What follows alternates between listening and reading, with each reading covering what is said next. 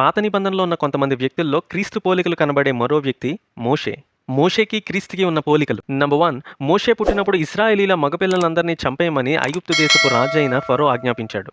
అలాగే యేసు ప్రభు పుట్టినప్పుడు 2 సంవత్సరాల్లోపు మగపిల్లలందరినీ చంపేయమని హేరోదు రాజు ఆజ్ఞాపించాడు. నంబర్ 2, మోషే, యేసు ప్రభు ఇద్దరు ఐగుప్తు దేశంలో దాచబడ్డారు. నంబర్ 3, మోషే తన ప్రజల కోసం తన స్థాయిని, తన రాజగృహాన్ని విడిచిపెట్టి వచ్చేశాడు.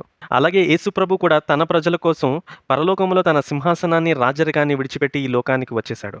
నంబర్ 4, ఇశ్రాయేలు ప్రజల్ని మోషే ఐగుప్తు దేశపు బానిసత్వం నుంచి విడిపించాడు. అలాగే యేసు ప్రభు కూడా ఈ లోకమంతటిని పాపమనే బానిసత్వం నుంచి విడిపించాడు. నంబర్ 5, మోషే దేవునికి, ఇశ్రాయేలు ప్రజలకి మధ్యవర్తిగా ఉన్నాడు.